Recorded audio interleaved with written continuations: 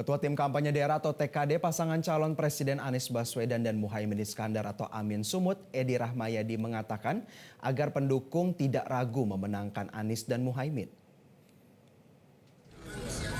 Hal itu disampaikan Edi kepada ratusan pendukung dan relawan setelah selesai menggelar nonton bareng debat capres terakhir di posko TKD Amin Sumut. Edi mengatakan perjuangan belum selesai meski debat telah berakhir. Karena itu Edi mengajak seluruh pendukung untuk tetap berjuang bersama menuju TPS untuk memenangkan pasangan Amin. Edi mengatakan dirinya memiliki tanggung jawab besar untuk meyakinkan semua pendukung bahwa Anies merupakan calon presiden terbaik.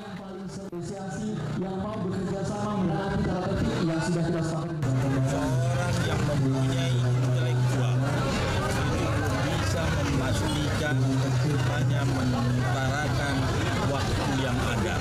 Tetapi dengan intelektual itu kita bisa melihat orang-orang yang sedang melakukan kontestasi itu adalah bisa menahan dirinya, bisa menjaga, dan mana yang lebih dewasa dari yang ada.